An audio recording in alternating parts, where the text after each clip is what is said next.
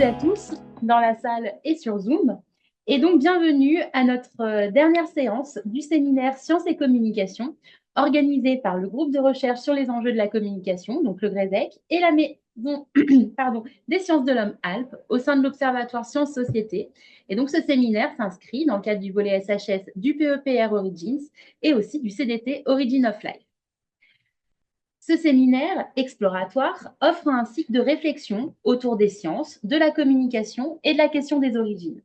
L'idée, c'est donc d'offrir l'opportunité à des chercheurs de différentes disciplines d'échanger sur des travaux menés sur les origines de la vie sur Terre et d'autres planètes habitables. Aujourd'hui, pour cette dernière séance, nous accueillons donc à distance deux intervenantes, Pénélope et Laurence Guignard. Pénélope, c'est Célocène Kosiński et Laurence Guignard, qui arrivera avec un petit peu de retard donc sur le Zoom. Et nous accueillons aussi sur place Jean-Stéphane Carnel. Et donc, cette séance, elle est intitulée Observer et figurer la recherche scientifique, les représentations des planètes lointaines. Donc, bonjour à tous les trois et merci beaucoup, en fait, pour votre présence. Pénélope, donc, qui ouvrira le bal pour cette dernière séance. Donc, vous êtes doctorante en sciences de l'information et de la communication au laboratoire du CREN à l'Université de Lorraine. Votre thèse, qui est en cours, a pour sujet donc, le traitement et l'expression des incertitudes scientifiques dans les médias français audiovisuels de 1960 à aujourd'hui. Votre présentation, comme on peut le voir déjà à l'écran, porte le titre de L'habitabilité des exoplanètes, certaines possibilités ou possibilités certaines, analyse de modélisation du discours médiatique. Vous aurez donc environ 25 minutes pour nous en parler et donc il y aura des questions à l'issue de cette première présentation. Ensuite, nous écouterons donc une présentation de Laurence Guignard qui sera intitulée Les chaînes de la représentation scientifique de la Lune de 1610 à 1912. Et Laurence est professeure d'histoire contemporaine à l'Université Paris-Est-Créteil et chercheure au Centre de recherche en histoire européenne comparée. Historienne des savoirs, elle mène depuis plus de 10 ans des recherches d'histoire sociale et culturelle de l'astronomie et elle est spécialisée dans l'histoire des images astronomiques et l'histoire des astronomes amateurs. Enfin, pour clore ce séminaire, nous écouterons donc Jean-Stéphane avec la présentation Rendre médiatique et désirable la colonisation spatiale. Jean-Stéphane, tu es donc maître de conférence en sciences de l'information et de la communication à l'Université Grenoble-Alpes et chercheur au laboratoire du GRESEC. Tes travaux portent sur le traitement documentaire et sur l'analyse des images télévisées d'information. Depuis 2014, une partie de tes recherches porte sur les questions de la mise en image des enjeux liés à l'exploration spatiale. Donc, pour tous les trois, vous aurez 25 minutes pour nous présenter donc vos travaux. Et comme à chaque séance, on va prévoir donc 15 minutes accordées pour des questions à l'issue des présentations. Pour ces moments, que ça soit en fait sur le Zoom ou dans la salle, n'hésitez pas à participer, à poser vos questions. Et Zioran et Robin, qui sont donc les co-organisateurs de ce séminaire avec moi, poseront les questions ou les relayeront aussi si elles sont sur Zoom.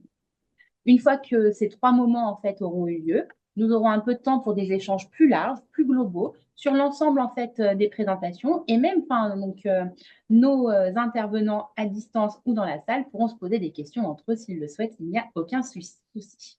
Donc si vous n'avez pas le temps durant les 15 minutes en fait accordées aux questions après chaque présentation de poser vos questions, ne soyez pas frustrés, vous devrez avoir en fait un peu plus tard lors de la séance. Pour qu'on garde bien ce temps en fait pour les échanges, je serai un peu stricte au niveau des 25 minutes, donc je n'hésiterai pas, veuillez m'en excuser par avance, de vous couper s'il le faut. Je vois Jean-Stéphane froncer les yeux, mais tu n'auras pas le choix. Donc Pénélope, si vous êtes prête et si c'est OK pour vous, on a déjà donc testé le son et l'image est bien affichée donc à l'écran. Nous vous écoutons. Bonjour à tous et merci beaucoup pour l'accueil. Moi, je suis très contente de présenter ce travail aujourd'hui parce que voilà, pour la petite histoire, je vais présenter une partie en fait d'un corpus, une partie du corpus de ma thèse qui finalement, qui après certaines resélections et redéfinitions, a été en partie enlevée de ma thèse et donc je suis ravie d'avoir pu l'exploiter pour cette communication aujourd'hui. Euh, alors, vous allez voir pourquoi j'ai nommé cette communication l'habitabilité, certaines possibilités ou possibilités certaines. Je vais tout de suite commencer. Voilà. Donc en fait, dès les premières annonces médiatiques de découverte d'exoplanètes, dont la première qui n'a pas été invalidée ultérieurement date officiellement de 1995. Enfin, là, Jean-Stéphane doit froncer les sourcils et dire 1992, mais bon, on retient la grande date qui est officiellement relayée dans les médias, c'est 1995. Donc la question de leur habitabilité irrigue le discours journalistique. Ces objets célestes, qui orbitent dans d'autres systèmes solaires que le nôtre, ouvrent un vaste champ des possibles et placent donc la probabilité et l'ordre du possible au cœur de leur médiatisation.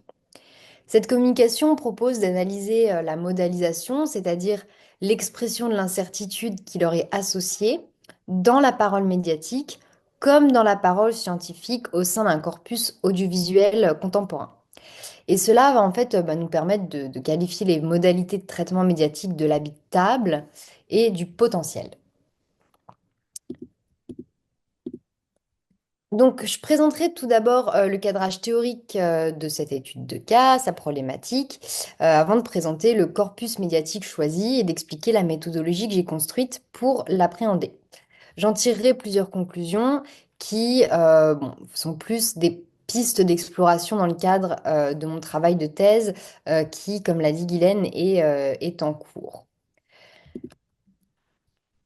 Alors, pour faire un bref cadrage théorique, enfin que je vais essayer de faire bref, le repérage de l'incertain et du probable dans le discours nous invite à explorer la modalisation, qui est une notion issue des sciences du langage. Et elle désigne les moyens linguistiques par lesquels un énonciateur témoigne de son attitude vis-à-vis de ce qu'il énonce. Donc là, je reprends la définition de Sheffield-Dunant.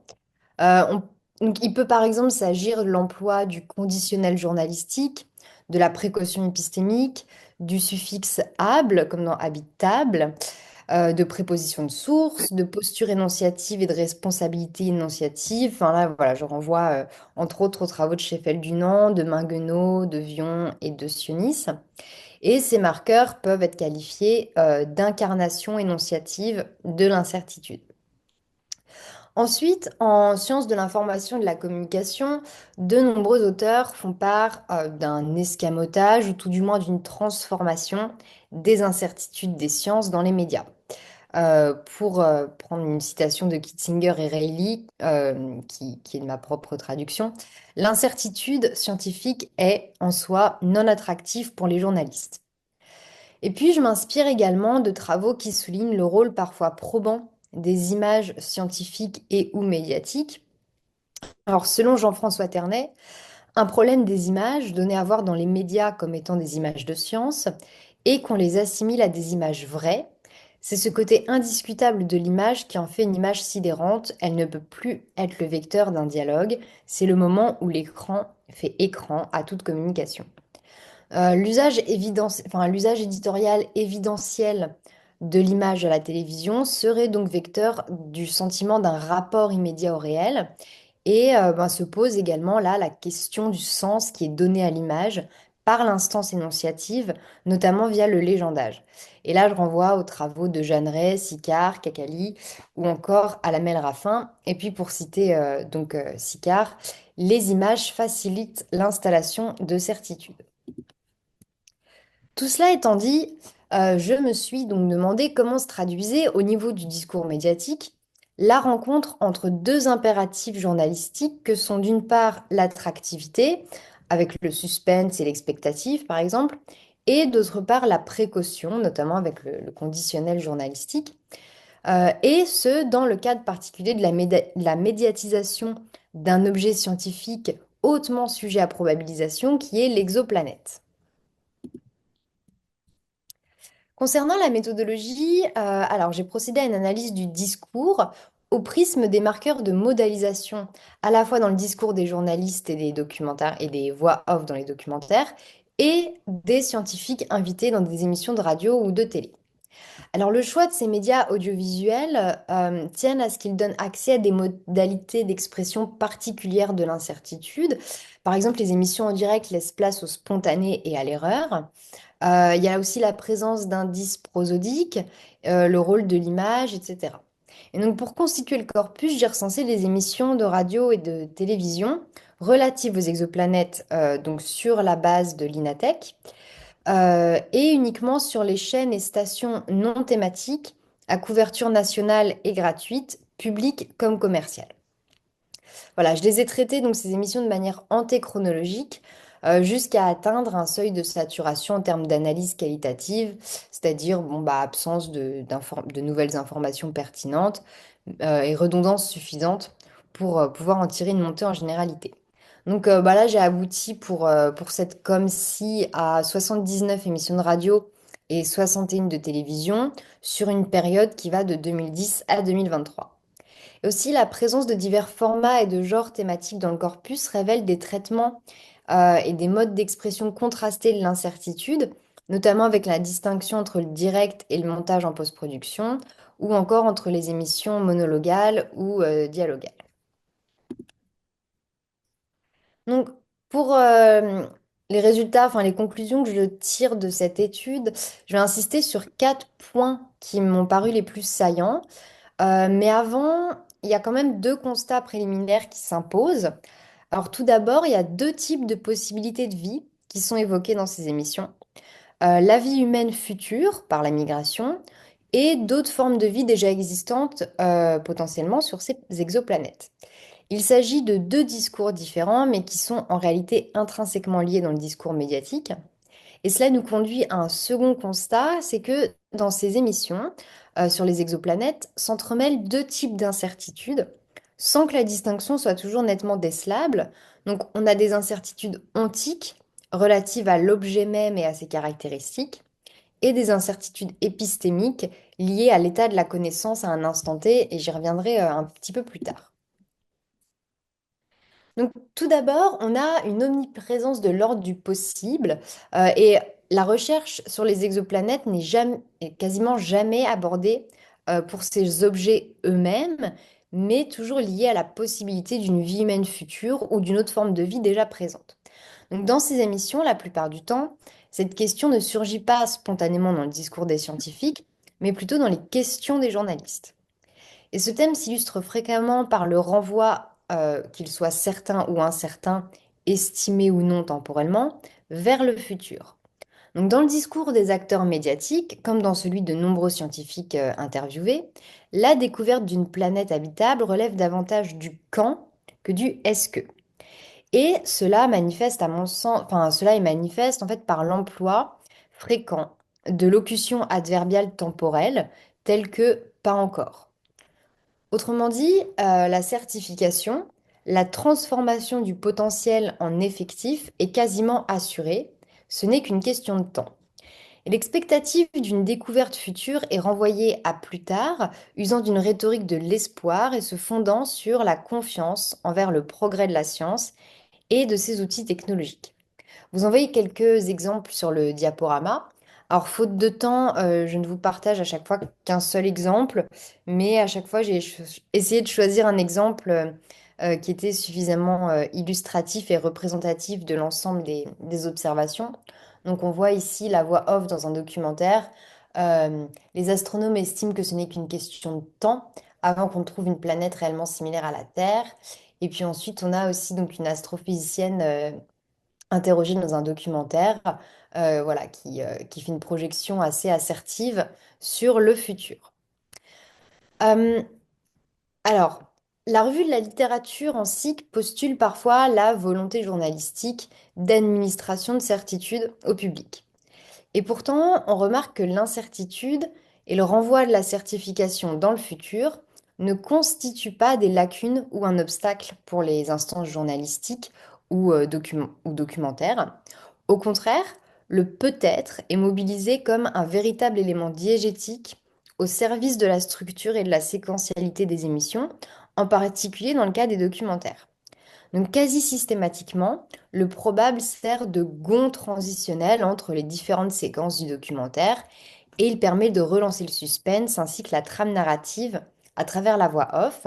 Donc un exemple typique, donc une voix off, je ne l'ai pas mis à l'écran, mais une voix off qui dit: Sommes-nous vraiment seuls dans l'univers? Seule réponse possible pour l'instant, certainement pas, mais soyons patients. Voilà. Et donc là, c'était l'exemple d'une transition entre deux séquences d'un documentaire. Donc en miroir, les scientifiques interviewés dans les émissions, que ce soit dans des reportages ou en plateau sur des émissions, voilà, mais aussi dans des documentaires, sont sommés par les présentateurs ou les journalistes de se prononcer. Ils répondent rarement de façon tranchée, mais plutôt avec une grande précaution épistémique, voire de la gêne, qui se manifeste notamment dans le ton de la voix ou la gestuelle. Et puis, ils utilisent aussi des stratégies rhétoriques pour contourner la demande de probabilisation dans un contexte d'incertitude. Donc, par exemple, ils ont recours au rire, à l'autodérision. Parfois, ils passent à un autre sujet. Souvent, ils passent du registre du possible à celui du souhaitable. Donc, on passe du possible à l'axiologique.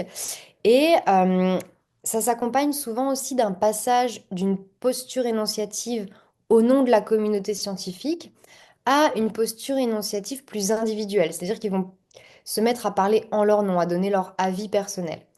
Donc on a un glissement en fait sur le registre de la conviction personnelle et bien souvent le lexique de la croyance. Donc là, je vous ai mis à l'écran une situation dans laquelle un astrophysicien tente de contourner la question de l'habitabilité. Et vous constatez que les journalistes font tout de même preuve d'une certaine tolérance. Ils n'insistent pas outre mesure et acceptent que l'incertitude demeure en suspens. Voilà, et tout ça avec force de rire et d'humour et de légèreté en tout cas. Euh, voilà. En tout cas, voilà, on voit bien donc là le journaliste Mathieu Vidard qui souligne à son invité qu'il a l'air bien embêté face à, face à une question assez sensible. Et les scientifiques, donc en fait, qui s'expriment dans l'espace public, ils viennent avec leur habitus langagier, cet habitus du discours scientifique qui est marqué par la modalisation et la précaution épistémique, l'humilité et l'incertitude, ce qui donc fatalement augmente l'expression de l'incertitude dans les émissions dialogales, c'est-à-dire dans les émissions où des scientifiques ont la parole. Alors intéressons-nous désormais un petit peu plus au rôle discursif de l'image entre imagination et crédibilisation. Alors pour citer à nouveau Ternay, ce que représente l'image est induit par la légende ou le titre plus ou moins précis qui l'accompagne et le savoir que l'on a de ce qui est représenté. Mais les traces de la construction des images peuvent aussi être plus ou moins cachées, plus ou moins accessibles. Et là, effectivement, on constate que dans l'ensemble des émissions de télévision, il y a une absence presque systématique des conditions de production de l'image et d'explicitation de la dimension fictive des vues d'artistes. Donc là, dans cet exemple, parmi de nombreux autres, l'image, donc c'est tiré d'un documentaire de science grand format sur France 5. L'image de synthèse ou vue d'artiste est accompagnée d'une légende descriptive euh, et des propos d'une voix off. Mais elle est exempte de ce que Catherine Alamel-Raffin appelle des fonctions de relais, c'est-à-dire de précision sur le processus de construction de l'image. Donc à aucun moment le caractère fictif, imaginaire ou hypothétique slash probable de cette représentation n'est mentionné. Et le commentaire de la voix off s'appuie pourtant sur l'image de façon démonstrative. La voix off appelle le spectateur à regarder avec le lexique de la vision. À première vue, ressemble, voilà, à première vue, cette exoplanète ressemble à la Terre. Donc ici, l'habitabilité, elle est suggérée, elle est rendue possible par la comparaison tant orale que visuelle entre l'exoplanète et la Terre. Et donc, sans pouvoir présumer de l'attitude réceptive des publics, je n'avance que très timidement l'idée d'un risque de confusion entre le probable et l'effectif. Parce que dans certaines émissions, les images de synthèse utilisées font preuve d'un réalisme et d'une iconicité de plus en plus perfectionnés, dans un contexte où les modes d'obtention de photographie de l'espace se développent également fortement. Donc, les images de vue d'artistes et les images scientifiques retraitées, qui sont réellement obtenues par des télescopes spatiaux, tendent de plus en plus à la ressemblance et donc potentiellement à la confusion pour un œil non averti. On pourrait estimer que c'est là une différence fondamentale entre le traitement télévisuel et radiophonique de l'habitabilité des exoplanètes. Mais en fait, les émissions de radio proposent aussi parfois des images qui illustrent le versant sonore de l'émission dans leurs environnements numériques, tels les pages de réécoute sur le site internet, les réseaux sociaux numériques ou les applications de podcast. Donc, dans ces cas-là également, j'ai aussi analysé ces cas. Donc, je suis allée regarder les pages internet correspondantes aux émissions quand il y en a. C'est généralement systématiquement le cas quand il s'agit de Radio France, mais quasiment, enfin, c'est plus rare pour la radio commerciale. Et donc, dans ces cas-là également, j'ai remarqué le caractère lacunaire du légendage et l'absence de légende et de fonction de relais. Donc, attention parce que, comme je le disais, cette hypothèse que je suis encore en train de formaliser et à nuancer, et voilà, je me garderai bien de verser dans la caricature parce que le caractère probant de l'image n'est ni systématique ni monolithique. En revanche, l'image participe plutôt à la crédibilisation, à l'ancrage dans l'ordre du possible, mais elle n'est pas synonyme d'administration de la preuve. D'une part, bah voilà, on ne peut pas juger les publics naïfs et crédules, et d'autre part, on ne peut pas non plus exagérer un pouvoir présupposé de l'image dont on n'a pas idée de son effectivité. Si l'image peut porter en elle une certaine dimension probante ou convaincante, cela est peut-être surtout en puissance et non en acte. Voilà, si l'image facilite l'installation de certitudes, comme l'écrit Sicard, eh ben, elle ne l'oblige pas, elle ne l'ordonne pas. Enfin, la distinction entre habitable et habité fait l'objet d'une insistance de la part de scientifiques, mais aussi des journalistes, malgré l'impression, qui tient peut-être plus de l'a priori, que les journalistes cherchent à obtenir des certitudes. Et cette distinction est devenue une rengaine médiatique, un topos médiatique qui fournit un angle spécifique pour aborder ces questions. Donc l'incertitude inhérente à l'habitabilité devient un sujet en lui-même pour les journalistes qui mettent en garde fréquemment leur audience sur les conclusions trop hâtives dans un discours médiatique qui se fait donc autoréférentiel et intermédiatique. Euh, Mentionnons aussi l'emploi quasi systématique du conditionnel par les journalistes ou les voix off des documentaires qui leur permet de suggérer sans asserter, d'informer sans tromper.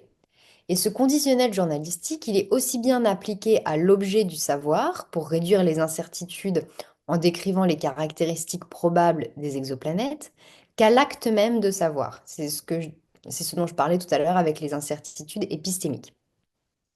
Il est régulièrement, donc ce conditionnel journalistique est régulièrement mobilisé par les journalistes annonçant une découverte dans une forme de mise à distance et de déresponsabilisation, oula, c'est compliqué à dire, déresponsabilisation énonciative, comme dans les exemples à l'écran, vous voyez.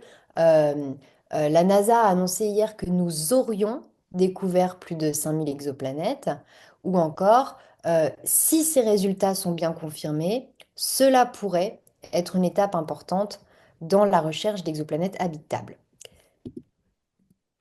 La précaution épistémique se matérialise aussi par la mise à distance de l'état actuel de la connaissance, par des questions non simplement sur l'objet scientifique, mais aussi sur les possibilités actuelles de connaissance de l'objet, c'est-à-dire ce qu'il est possible de savoir et pas seulement ce qu'on sait.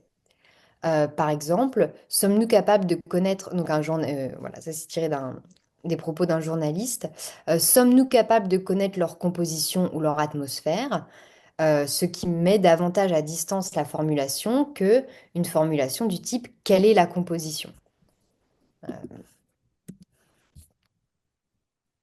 Donc, pour conclure, l'habitabilité comme topos médiatique condense toute la puissance rhétorique du potentiel et de l'hypothétique, celui de la suggestion, du suspense, de l'attractivité qui titille l'oreille du public, et aussi celui de la transparence ou de l'honnêteté, de la scientificité du discours et de la déresponsabilisation.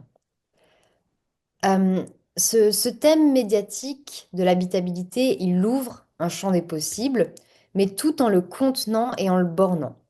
L'insistance sur la distinction entre habité et habitable ne met, selon moi, pas à mal le caractère suggestif, voire parfois sensationnaliste, il faut le dire, du discours journalistique, car le suffixe able promet autant qu'il pondère.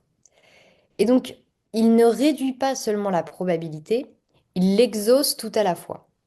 Et cela, à mon sens, n'est pas paradoxal, mais révèle plutôt toute la subtilité qui se niche dans l'épaisseur du discours médiatique sur les exoplanètes. Et donc voilà, je vous remercie, je vous remercie, je vous mets la bibliographie, je vous remercie pour votre écoute et je répondrai avec plaisir à toutes vos questions et à vos remarques. Merci beaucoup, Pénélope. Merci pour cette riche présentation et aussi pour ce timing plus que parfait. Je n'ai même pas eu besoin de vous solliciter pour vous arrêter. C'est vraiment parfait. Et donc maintenant, on va pouvoir avoir une 15 minutes de questions. Donc, si vous en avez donc sur Zoom, n'hésitez pas à lever la main ou à les poser dans le chat. On les fera circuler. Et est-ce qu'il y a des questions aussi dans la salle? Jean-Stéphane, tu as une question. Merci Pénélope pour ta présentation. En fait, j'ai trois questions, mais je ne sais pas si on s'en garde pour après. En fait, je vais commencer. Donc, tu nous as présenté quelque chose entre 2010 et 2023. Mhm. Je sais que tu as travaillé aussi la question sur une période un petit peu plus longue, puisqu'on a travaillé ensemble.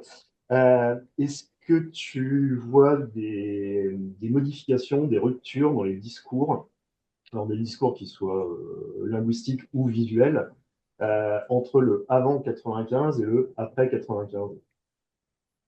Alors, pas tellement finalement, dans le sens où alors, le discours va pas se porter, enfin, va pas porter forcément euh,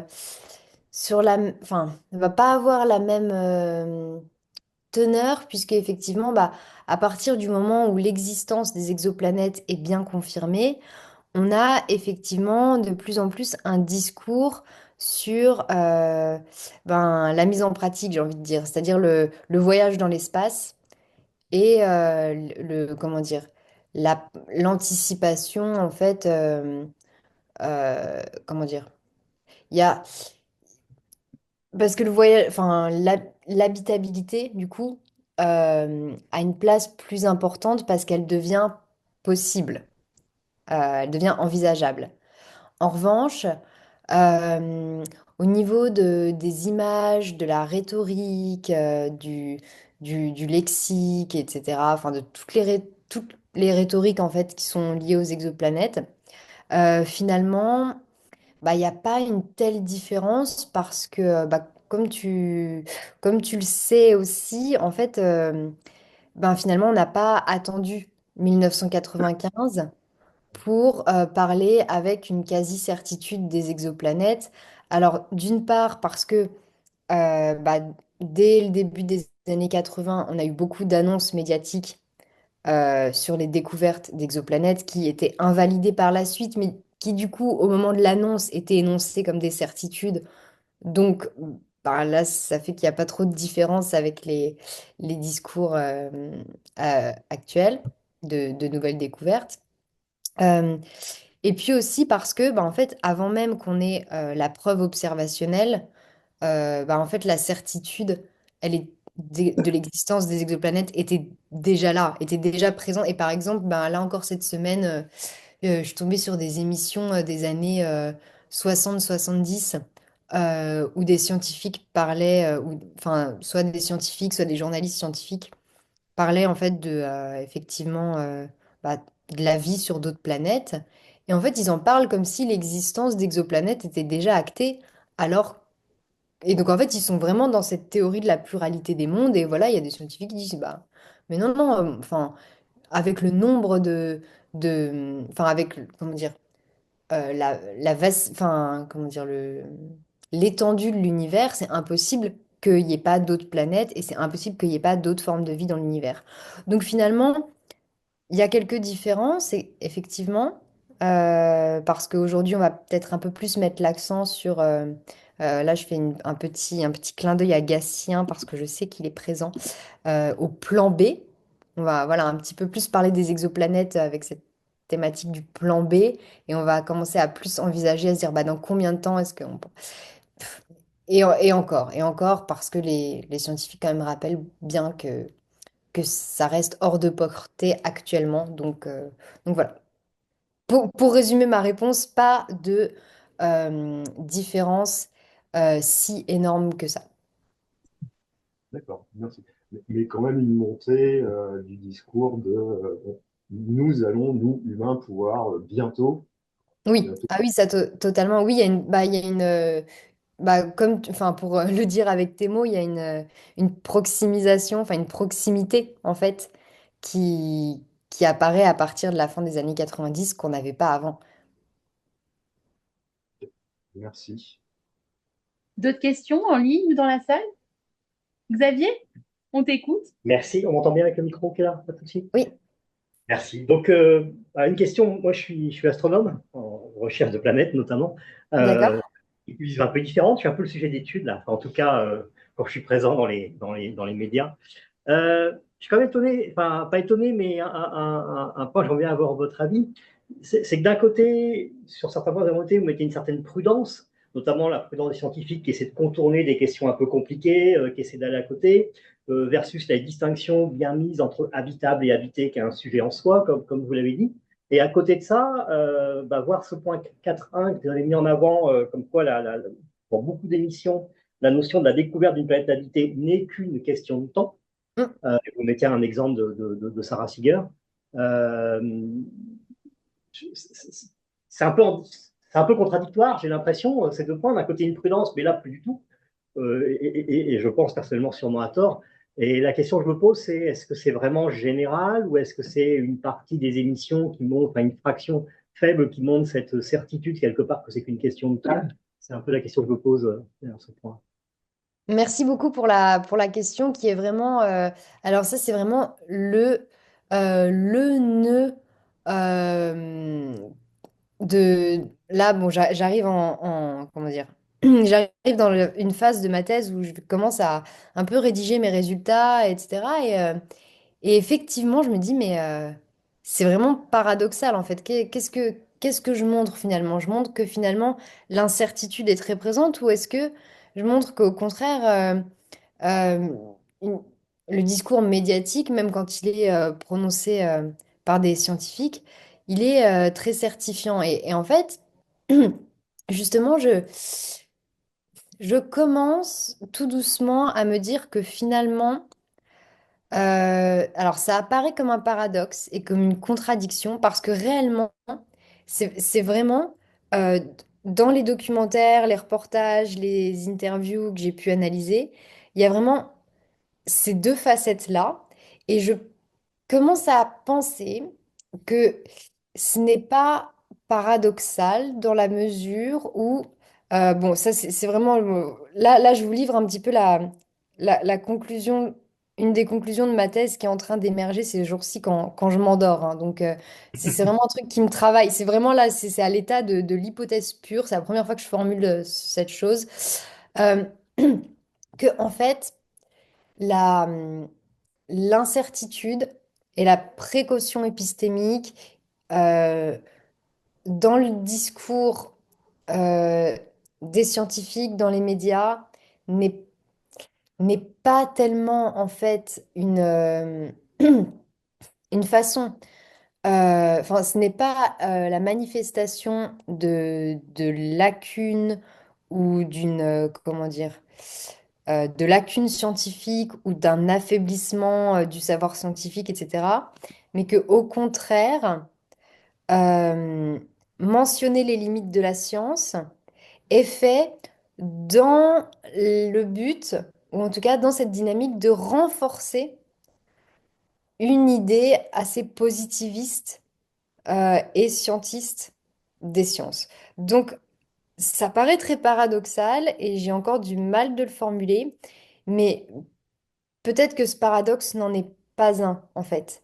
Et que cette insistance, parfois, sur l'incertain, vient, d'une certaine manière, renforcer encore plus un discours positiviste et très confiant à l'égard des sciences. Je ne sais pas si c'est clair et si ça répond à votre question. Ça ouvre, ça en ouvre en tout cas. Non, mais non, c'est inspirant, si je vois ce que vous voulez dire. Et à ce niveau, bah, si je peux continuer à plonger, une question que je continue à me poser, alors, toutes ces émissions sont des fois généralistes sans un événement particulier, mais un certain nombre peuvent être provoqués par une découverte. Et dans ce cas-là, il y a souvent un communiqué de presse qui a été fait par l'agence du chercheur ou de l'équipe qui est derrière. Et je ne sais pas, dans ce cas-là, vous avez eu le temps, parce que c'est un gros boulot, de regarder aussi ce qui est dans le communiqué de presse qu'il a écrit par une agence en lien avec le laboratoire, en lien avec l'Institut. Et personnellement, et c'est une discussion qu'on a de plus en plus entre chercheurs, on trouve que des fois, les communiqués de presse sont encore plus caricaturaux que les articles journalistiques eux-mêmes et qui vont beaucoup trop loin, notamment par rapport à l'article scientifique qui est beaucoup plus prudent. On a un communiqué de presse qui parfois est mis par une agence, telle que la NASA pour ne pas la citer, qui enlève toute prudence. Alors effectivement, personnellement, je n'ai pas fait ce travail parce que bon, pour ma thèse, voilà, j'ai analysé quand même 700 émissions et mené des entretiens, et ce qui m'a pas laissé le temps de faire ce genre de recherche moi-même. En revanche, je m'appuie sur d'autres travaux, enfin je pense à un article en particulier dont j'ai plus la référence, mais un travail justement qui montre, euh, qui s'intéresse à la manière, enfin qui s'intéresse à savoir en fait pourquoi, enfin est-ce que justement il y a un escamotage des incertitudes scientifiques ou de la précaution dans les, dans les discours de médiatisation. Et en effet, alors là, les journalistes qui sont interrogés dans le cadre de cette étude disent que bien souvent, effectivement, ils reprennent tels quels les communiqués de presse, et que c'est une des raisons pour lesquelles il y a effectivement un escamotage de l'incertitude, parce qu'en fait, les communiqués de presse, alors que ce soit donc des agences spatiales ou des laboratoires sur d'autres sujets, etc., bah, en fait, effacent les certitudes. Donc en fait, le travail d'effacement de l'incertitude, il se fait même pas tant enfin, on peut pas l'imputer entièrement aux journalistes. On peut l'imputer en fait aux agences de com ou aux agents de relations presse des laboratoires, des universités, des agences spatiales qui font un vrai travail en fait de communication et qui prémâchent le travail. Et en fait, la plupart les journalistes, surtout ceux qui sont pas journalistes scientifiques, qui sont journalistes généralistes, témoignent en fait de leur manque d'une part de temps, mais aussi parfois de culture scientifique pour aller investiguer et pour aller plus loin et pour aller creuser un peu derrière le communiqué de presse. Donc voilà ce que je sais à ce sujet.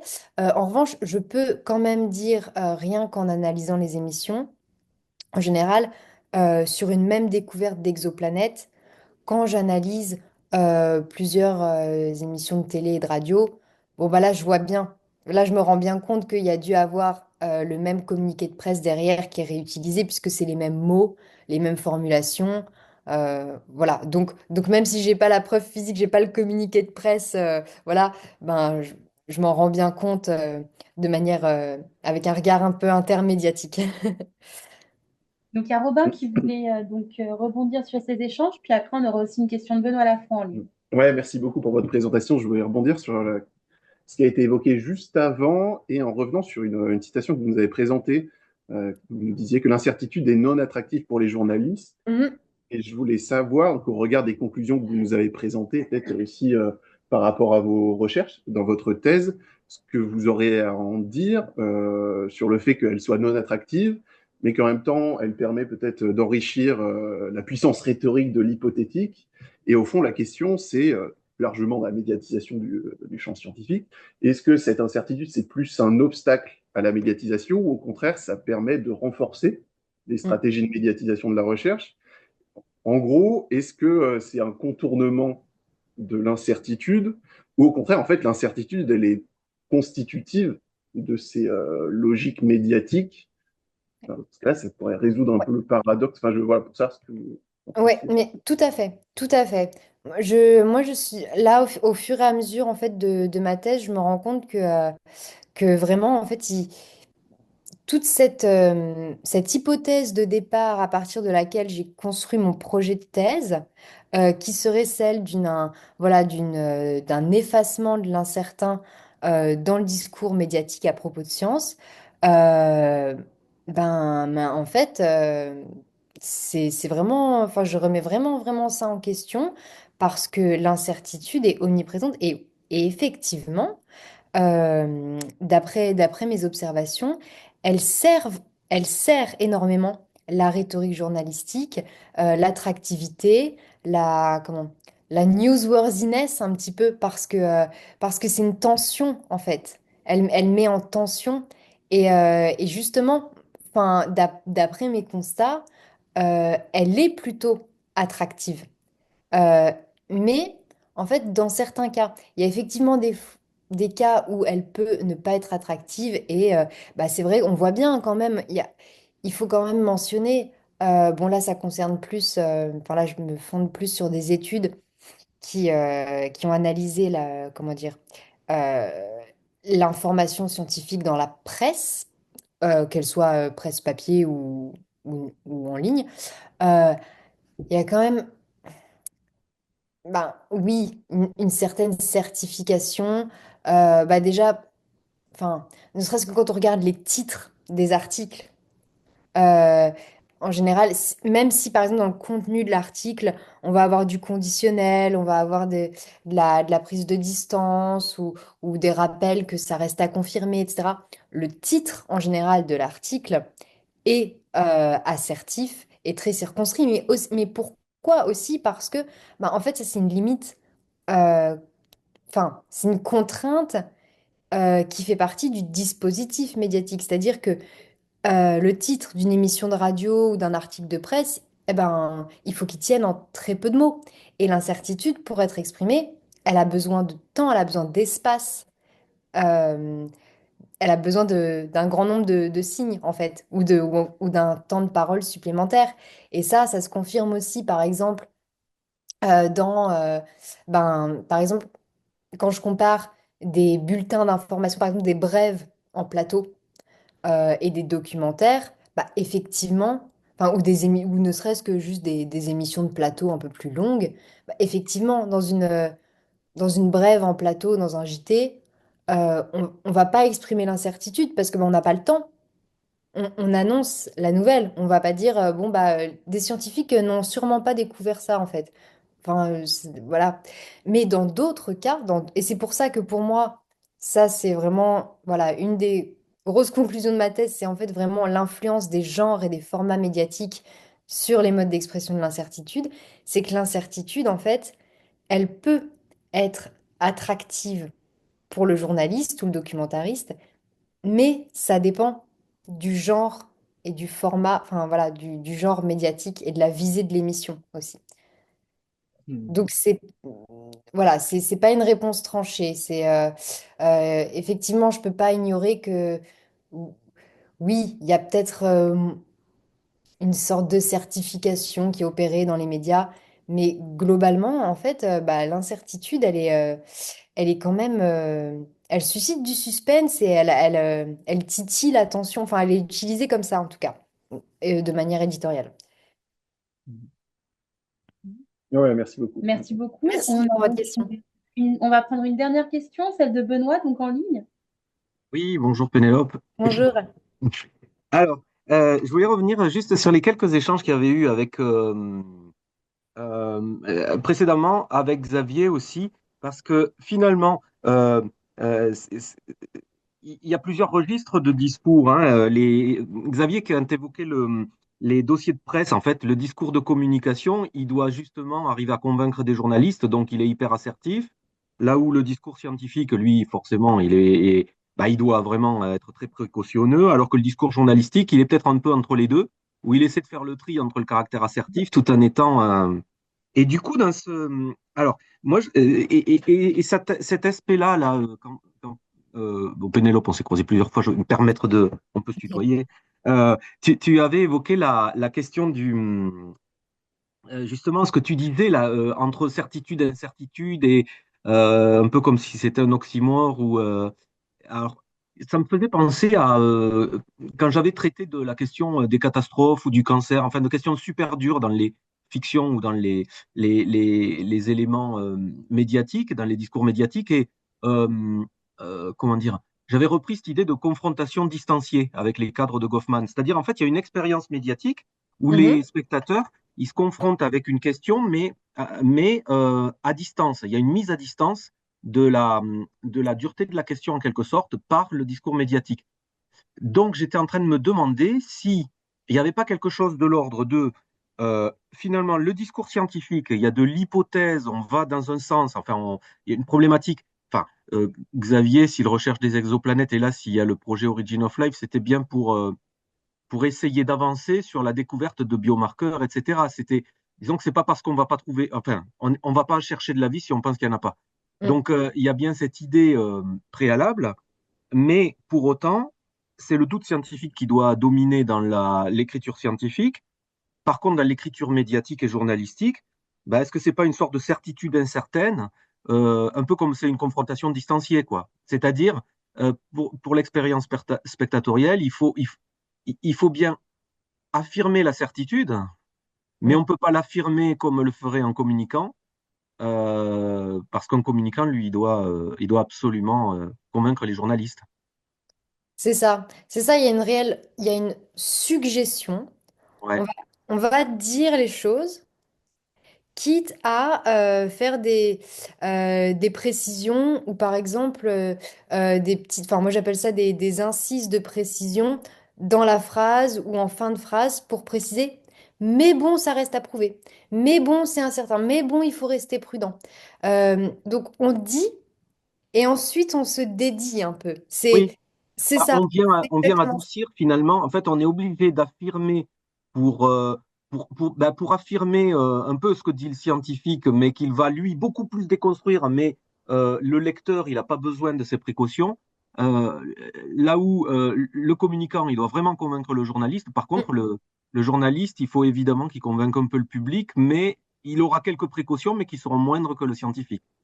Oui, et puis aussi, il y a quelque chose que là, donc là, il faut que je reprenne un petit peu mes analyses pour vraiment comparer de manière un peu plus systématique, mais il y a quelque chose que j'aimerais creuser aussi, c'est que dans ces émissions-là, ce que j'ai pas précisé ici, c'est que il y a des émissions donc où seulement le journaliste comment dire, relayer l'annonce, par exemple, d'une découverte concernant une exoplanète ou concernant bah, voilà, l'analyse de son atmosphère ou des choses comme ça.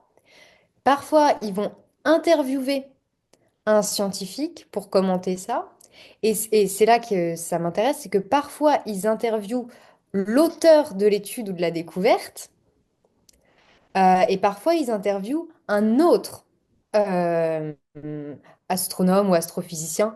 Bah, imaginons si c'est par exemple le travail d'une équipe de la NASA. Bon, bah, ils ont pas forcément, enfin voilà, ils vont pas forcément interroger quelqu'un aux États-Unis. Ils vont prendre un scientifique français pour commenter, voilà. Et là, ce qui est intéressant, ce serait de voir si euh, le niveau de certification ou de comment dire de mise à distance ou pas du savoir est la même si c'est un commentaire fait par l'auteur de la découverte, enfin quelqu'un de l'équipe de recherche de la découverte, ou si c'est euh, un scientifique qui n'a pas d'intérêt forcément direct à certifier. Donc ça, ce serait intéressant à regarder dans ce sens. Merci. Merci à vous. Merci beaucoup, Pénélope. Donc, Merci beaucoup. Laurence Dinard aura encore un petit peu de retard, donc on va changer un petit peu le programme et on va partir en voyage maintenant. On va partir avec Jean-Stéphane, qui nous a prévu quelque chose. C'est ça, hein? Bien sûr. Donc, Pénélope, je vais vous demander, s'il vous plaît, donc, de départager votre écran.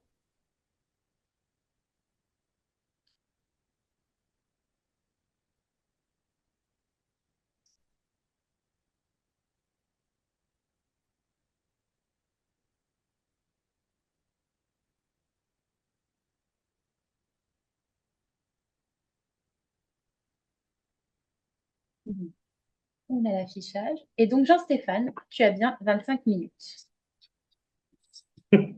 Bien, bonjour à toutes et tous.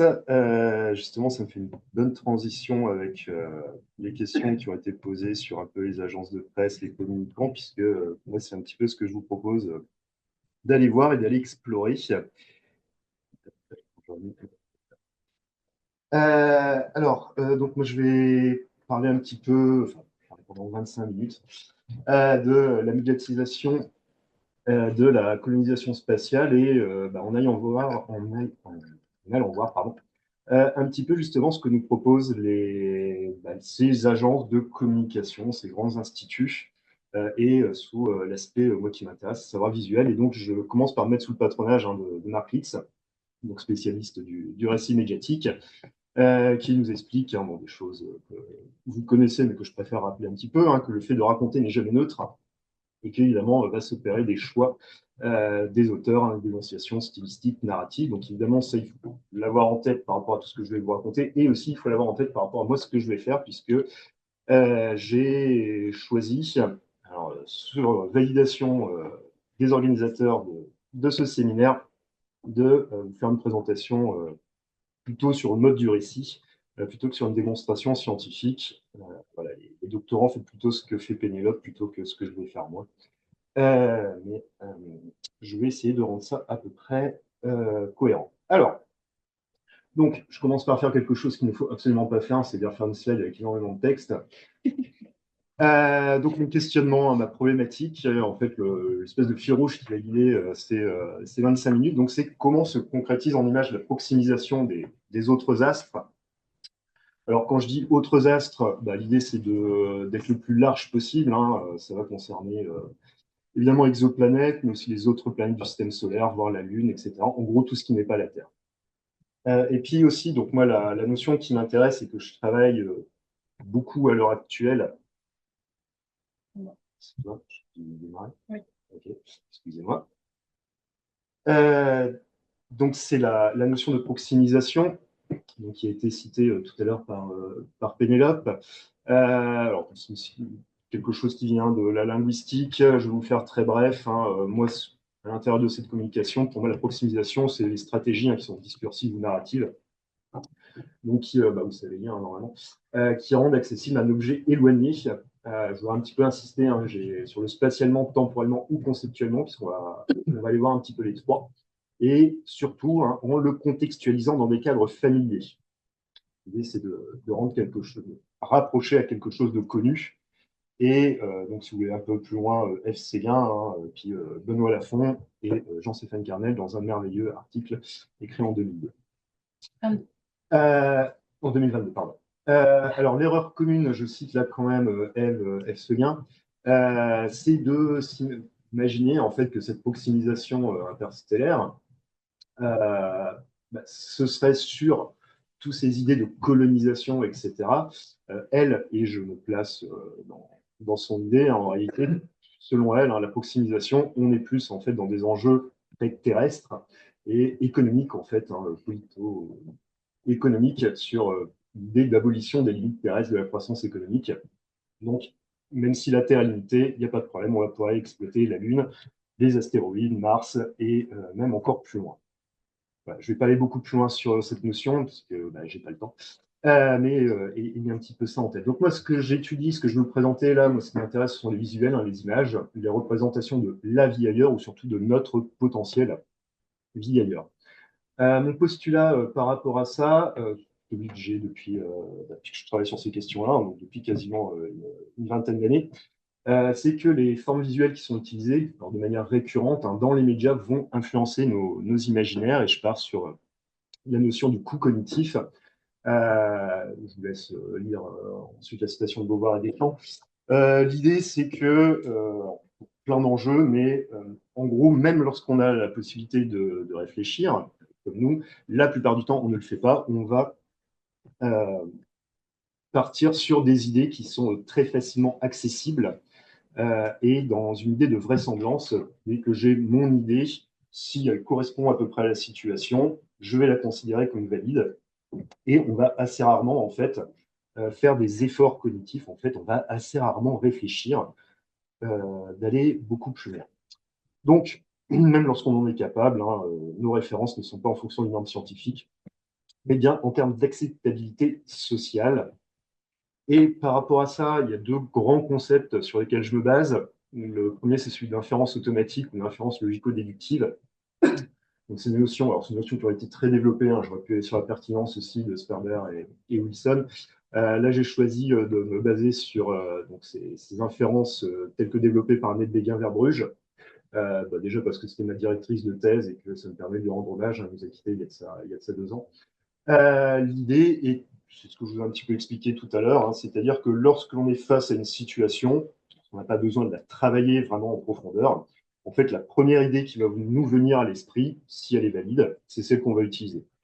L'exemple, plutôt aller directement sur les images prototypiques. Donc, les images prototypiques, donc ça c'est Umberto Eco.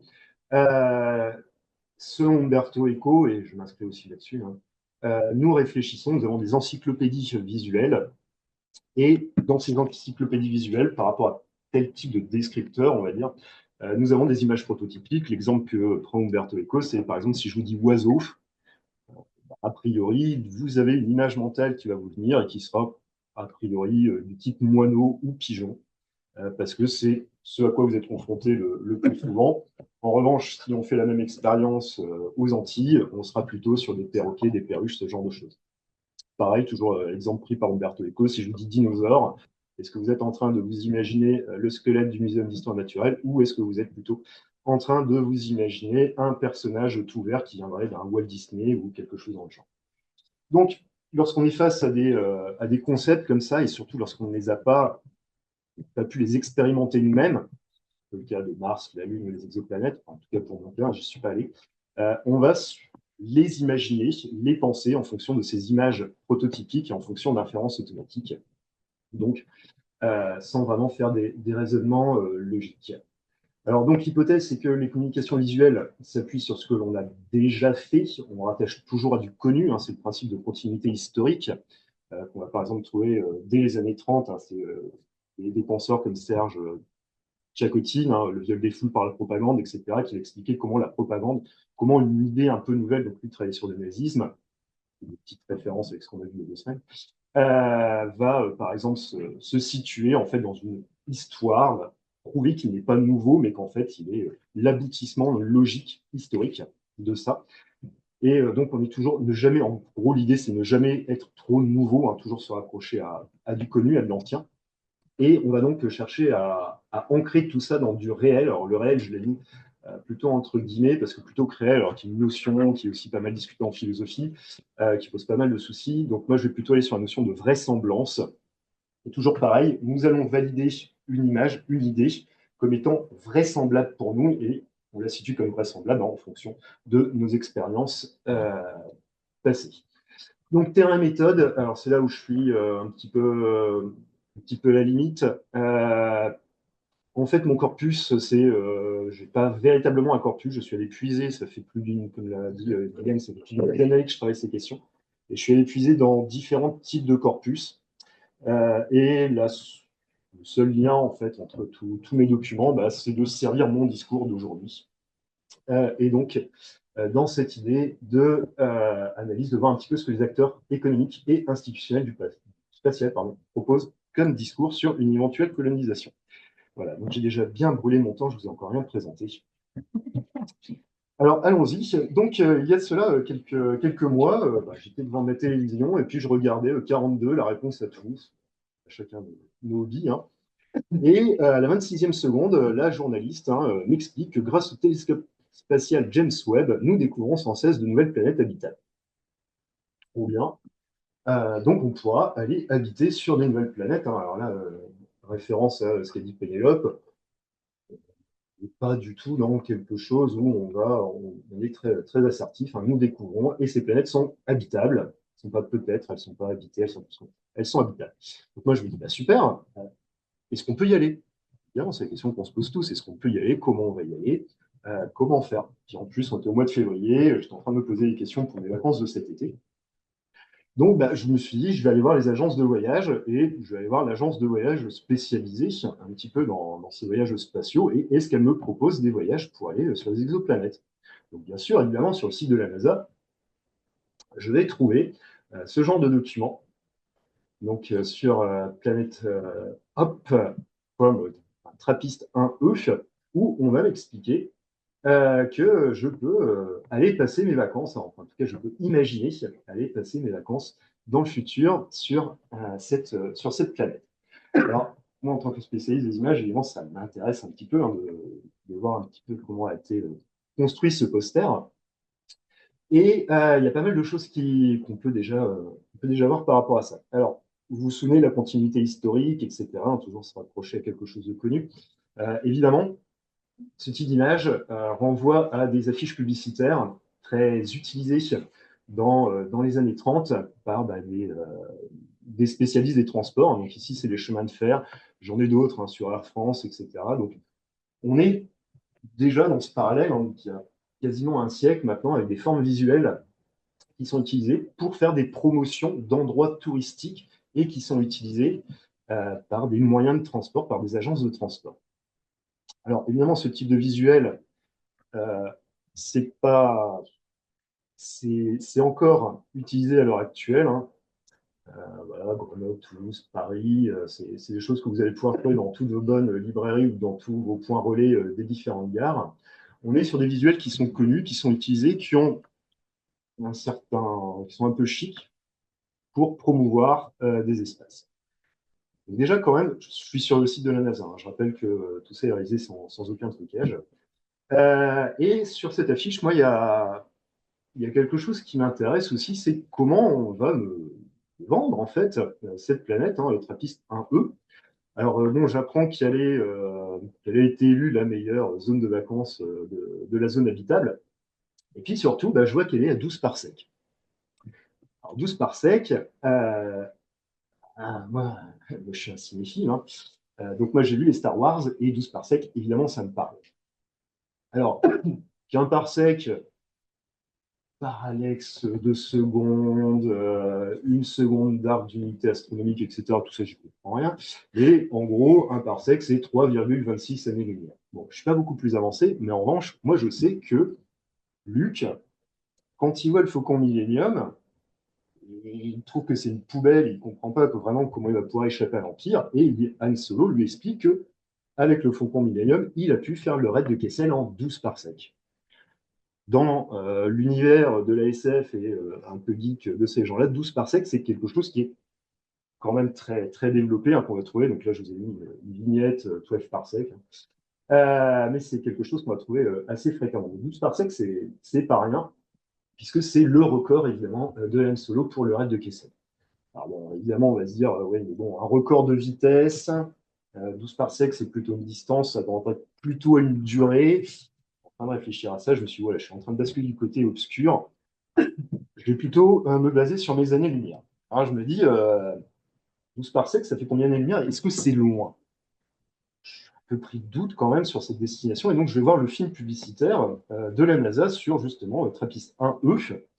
Et là, la vidéo publicitaire de la NASA me rassure quand même, puisque là, on appuie sur 12 parsecs et on est sur 40 années-lumière, mais on est à only 40 années-lumière. Donc, seulement, hein, juste 40 années-lumière dans la constellation du Poisson. Hein, donc, si vous voyez, je ne sais pas si on peut voir un curseur. Là, ouais. Vous voyez ici hein, l'étoile rouge qui montre l'endroit. Donc, me voilà plutôt rassuré. Hein, c'est à only 40 années-lumière. Et puis, si on va un petit peu plus loin dans la vidéo, on s'aperçoit quand même que, en plus, on peut trouver des plantes qui seraient rouges ou noires. Ça a l'air quand même vachement bien. Je suis en train de me dire, ça a l'air vraiment un bon endroit pour aller passer mon été. Mais quand même 40 années-lumière. Bon, voilà, moi, je suis père de famille. Je sais que déjà, quand on prend le train et quand il y a 6 heures de train pour aller chez la grand-mère qui se trouve dans le Nord, ça pose un problème pour occuper les enfants. 40 années-lumière, quand même, il va falloir les occuper. Pas de problème, le site de la NASA, toujours, me propose d'occuper mes enfants pendant la route.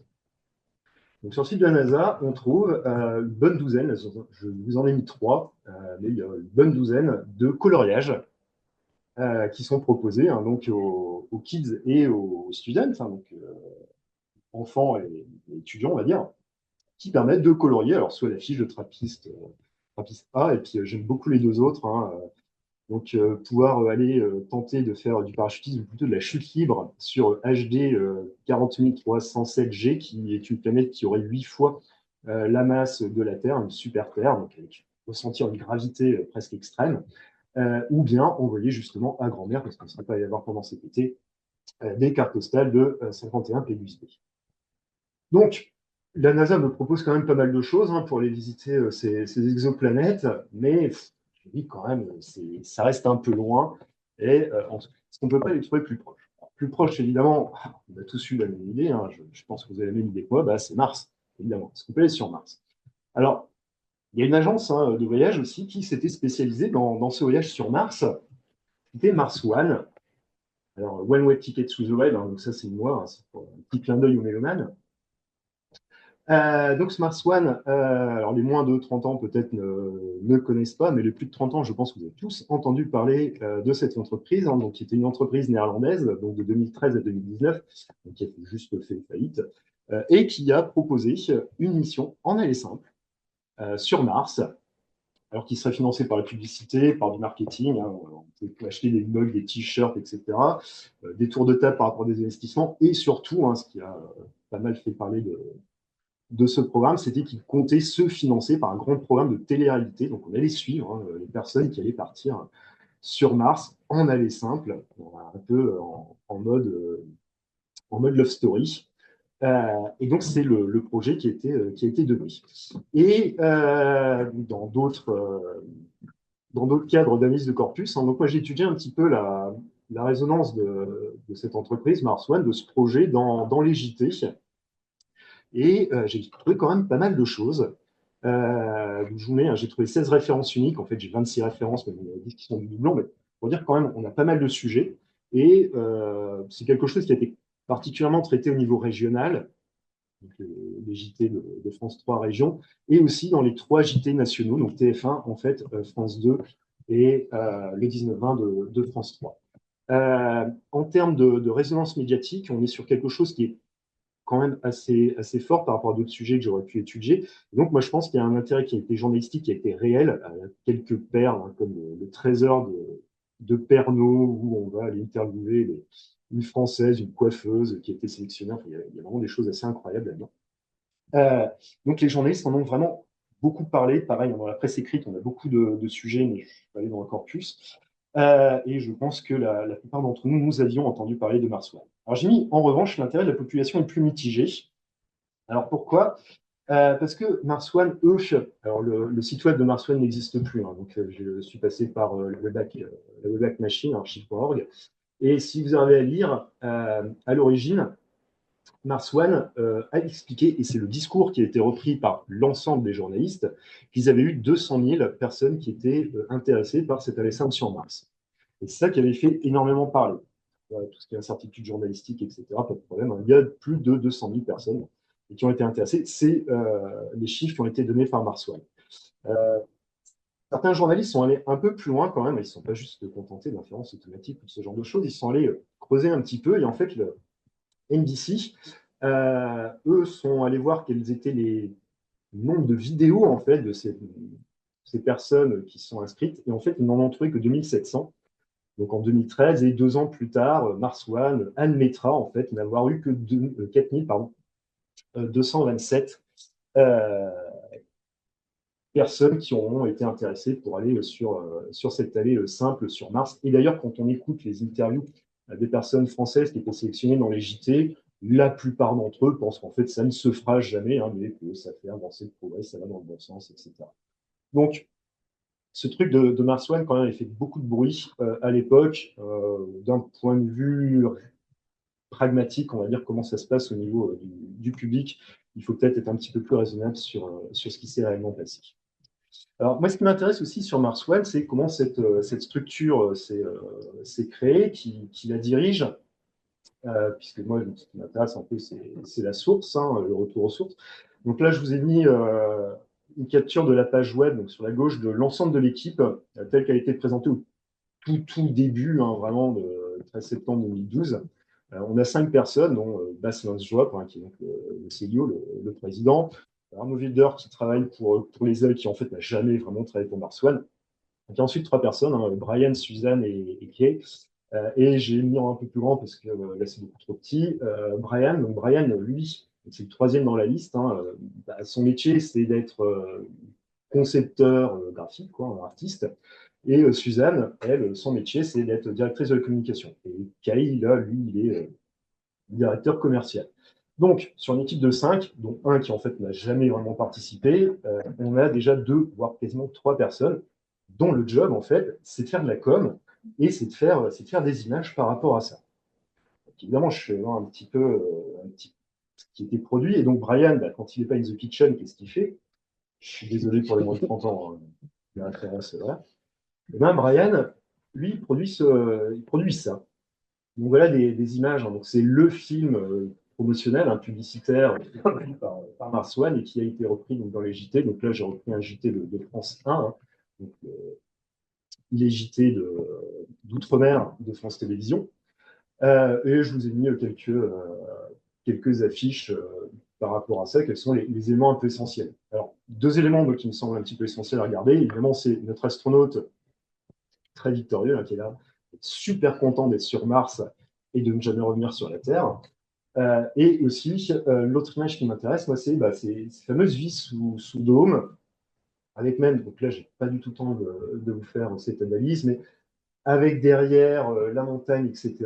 Pour ça, je vous renvoie à la thèse d'Elsa de Smet, hein, qui a montré à quel point, et d'ailleurs, c'était un petit peu discuté aussi il y a 15 jours dans le séminaire, à quel point, en fait, toute cette imagerie spatiale faisait référence à la peinture paysagiste américaine du 19e siècle, avec toute cette idée de nouvelles frontières, le Grand Canyon, etc. etc. On est purement dedans.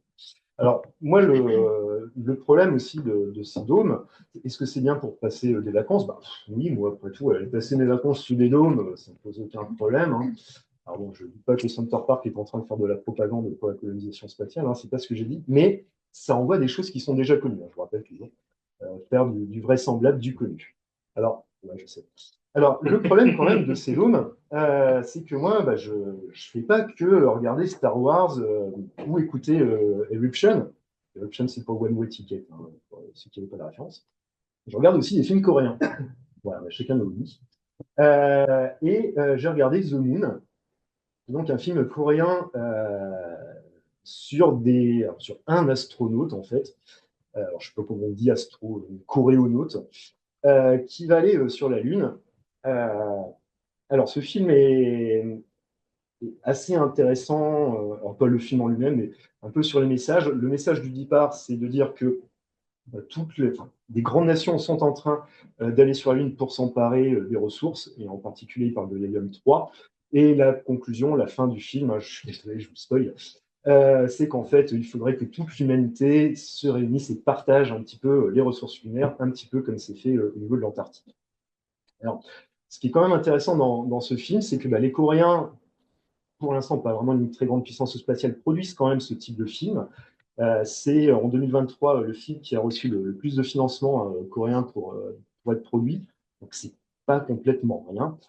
Et moi, surtout, ce qui m'intéresse dans ce film, c'est qu'il y a un passage, un moment, hein, je vous ai mis là sur le côté des vignettes qui viennent de ça, où on a une pluie d'astéroïdes qui va venir taper le sol lunaire. C'est assez impressionnant. Je me dis, mais est-ce que ces dômes, ça pourrait résister à ces pluies d'astéroïdes? Je me demande un petit peu où est-ce qu'on va aller installer ces dômes, parce que moi, pour aller passer mes vacances, si je me prends une pluie d'astéroïdes, bof, quoi.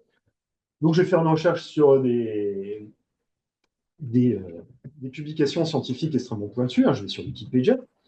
Et puis, je vais voir colonisation de Mars, sur les sites possibles de colonisation de Mars. Et sur ce site, on explique que les sites qui sont envisagés, c'est plutôt des grottes, voire des tunnels, pour nous protéger des radiations et des micrométéorites. Ça tombe bien, c'était les problèmes qu'ils avaient dans le film The Moon. Et donc, ces tunnels, même, on pourrait les sceller. Je suis en train de me dire, en fait, ils sont en train de nous expliquer qu'on va vivre sous terre. Je suis quand même rassuré parce que je vois mon visuel, là, sur le côté, donc illustration par intelligence artificielle d'une colonie construite sous un dôme. Bon, finalement, c'est quand même sous un dôme, on ne sera pas sous terre. Ça commence à s'embrouiller un petit peu dans mon esprit. Et puis, je me dis, bah, les IA, après tout, ça peut être intéressant de regarder un peu comment ça fonctionne. Alors, bon, sciences de la communication, de l'information, trop bien les IA, surtout en communication, mais bon, en information un petit peu plus, c'est, bon, je sais qu'elles sont nourries d'images déjà préexistantes et qu'en fait, tout ça, c'est de la statistique, c'est probabiliste. Et je me dis, si je demande à une IA à quoi ça pourrait ressembler à la colonisation sur Mars, j'aurais peut-être quelque chose de peut-être très, très banal, en fait, qui va me donner un petit peu quels sont les grands types de représentations qui sont faites. Donc, moi, j'ai peur de rien, donc je l'ai fait. Donc, je suis allé sur OpenArt, hein, donc d'OpenAI, le leader dans le domaine encore à l'heure actuelle. J'ai fait un prompt très, très évolué, hein, vous voyez ici peut-être, un Mars colonisation, une chaîne. Et j'ai bientôt fini, ne vous inquiétez pas. Et donc, voilà un petit peu, enfin, c'est pas un petit peu, voilà l'image qui est sortie. Hein, donc, c'est la première image, je m'en ai une seule image. Donc, j'ai un beau dôme et j'ai même des gens qui vont se promener là. Je dis quand même, des météorites à voir. Donc, les représentations, en tout cas telles que par l'IA, qui est un enjeu statistique, probabiliste, hein, vont me donner ça, qui sont aussi ce que me proposait Brian. Et bon, bah, là, je me dis, bon, on va aller voir le leader des leaders. Alors, pardon, je me dis quand même, pardon, est-ce que je peux trouver des représentations d'images souterraines et en fait, je vais en trouver très, très peu. Là, je vous en ai mis quelques-unes. Alors, la première, ça vient du journal de l'espace. La deuxième, là, en fait, c'est une entreprise de céramique qui propose de faire des, des choses pour la Lune. Là, je remercie Laurine Chardon, la stagiaire, qui m'a aidé à faire ces recherches et qui a trouvé ça au niveau de l'ESA. Et puis la NASA qui va proposer un petit peu de la 3D. Mais en fait, de la vie souterraine, il y en a très très peu. J'ai essayé de savoir un petit peu d'où ça venait, 3 minutes, hein, d'où ça venait les images de journal de l'espace. Et j'ai trouvé la source par rapport à tout ça. Je vous laisserai aller voir cette source, elle est assez intéressante, mais comme je suis en train d'éclater le temps, j'ai plus le temps. Donc, je voudrais rapidement aller voir le leader des leaders, SpaceX, très rapide. En fait, SpaceX, là, il va falloir creuser un peu, si je peux me permettre la métaphore. SpaceX, en fait, propose assez peu de visuels. Là, j'en ai trouvé un de 2017, où c'est la multiplanète. 2019, ça c'est le Flickr. Et en fait, SpaceX va énormément insister sur leur Starship. Et en fait, plus on va aller dans quelque chose qui est proche, et plus en fait ces notions de comment on va vivre sur place, j'ai l'impression, mais ça c'est vraiment à vérifier, que c'est de moins en moins mis en valeur au profit en revanche des Starships. Donc moi j'en suis là, je me dis, est-ce que quand même, bon j'habite en ville, moi le commerce de proximité, tout ça, ça me parle, donc je me dis les Américains, est-ce que je peux pas les voir un petit peu plus proches? Et donc le commerce de proximité, donc, je suis allé voir les apps. Et voilà ce que me propose l'ESA. En proximité, je ne sais pas ce que vous en pensez. En proximisation, je pense qu'on est pas mal. Avant-dernière slide, hein, j'en suis juste Guylaine. Juste pour vous dire que cette slide, en fait, j'ai juste fait une requête sur la banque d'images avec Mars. Et je vous ai mis ici l'intégralité des 16 items qui sont proposés. Et en fait, Mars, voilà. Donc c'est la seule image de Mars, finalement, qui est proposée au grand public sans se loguer. Si on se log, on est à 2037 images. Et là, il y a un peu plus de Mars. Mais l'ESA propose cette image de Mars. Tout ça m'a fatigué. Et donc, au final, j'ai choisi pour cet été, moi, d'aller me détendre sur Kepler 16b. Je vous remercie beaucoup. Merci Jean-Stéphane.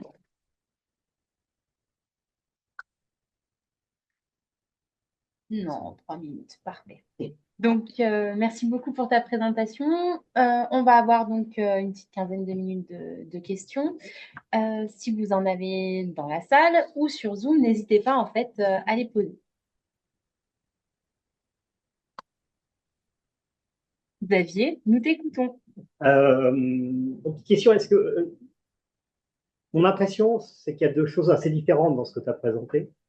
Le cas martien, où on peut se demander c'est pas de l'escroquerie de la part de certaines entreprises d'ailleurs, ou en tout cas un appel juste derrière pour faire du commerce, on ne sait pas à quoi ils vendent. Et puis les aspects trappistes et Kepler 16b, ou en tout cas dans la communauté, on le prend plus comme un jeu de geek que comme autre chose. J'ai l'impression que dans le cas de Mars, c'est pas la même chose. Alors, dans le cas de Mars, c'est pas, non, c'est pas la même chose. Alors, bon, si on va sur l'arnaque, voilà, au début, quand Mars One, mon titre, c'était entre marketing et arnaque. C'était pas one way ticket. Oui, aussi, bon, d'un point de vue légal, c'est un peu moyen de mettre ça. Je ne sais pas si tout le monde suit un jour, mais voilà. Bon, néanmoins, quand on regarde un petit peu les commentaires et les personnes qui se sont vraiment penchées sur la question, oui, c'était une arnaque. Jusqu'à quel point, j'en sais rien, ils n'ont pas été condamnés, mais quand même, voilà, ils ont essayé de récupérer des fonds en sachant pertinemment que c'était pas possible, c'était pas du tout envisageable. Et donc, on va jouer un peu sur ce fantasme euh, pour récupérer des fonds, pour se mettre en visibilité. Et d'ailleurs, c'est ce qu'il a dit à la fin, j'ai coupé la citation, mais Lundrup, là, le CEO de Mars One, à la fin, il dit oui, c'est vrai que ça semble pas faisable, mais au moins on aura eu le mérite de mettre ça sur la place publique, de le faire rentrer dans la culture et donc de rendre ça imaginable. Bon, c'est discutable, mais à voir. Quand on regarde du côté de SpaceX, pas très loin de ça, hein, quand même. On n'est pas très loin de ça, avec quand même une évolution. Moi, je travaille sur les visuels et un peu moins dans le discours. Moi, ce que je constate dans les visuels, c'est qu'ils sont de moins en moins. Dans le discours, j'en suis pas complètement sûr, mais je sais pas à quel point Musk il contrôle vraiment son discours par rapport à ça. Je pense qu'en fait, en revanche, c'est toute l'agence de com qui est derrière. J'ai l'impression qu'elle prend de plus en plus de pincettes par rapport à ça. Je m'attendais à avoir énormément de visuels sur la colonisation du dôme, du tout ce qu'on veut. Mais en fait, ce que je trouve, c'est du Starship, du Starship, du Starship. Euh, un peu de Falcon Heavy, de la Stars Base, en veux-tu, en voilà. Mais en fait, ils vont pas trop là-dessus.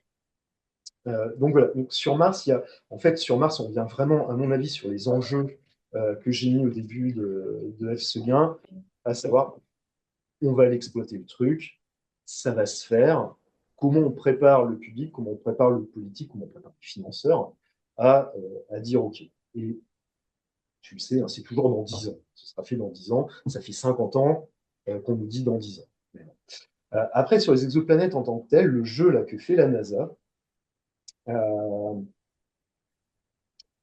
c'est quelque chose qui s'adresse ici aux enfants, en fait. Hein. On est vraiment dans la partie éducation NASA avec les coloriages, etc. On est sur, à mon sens, ce qu'on pourrait appeler ouais, une espèce d'acculturation.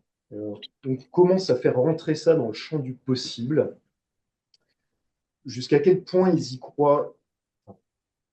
En fait, je me suis dit, mon raisonnement, c'est toujours pareil. Si j'étais à leur place, qu'est-ce que je ferais? En fait, je pense que je ferais quelque chose qui sera assez similaire.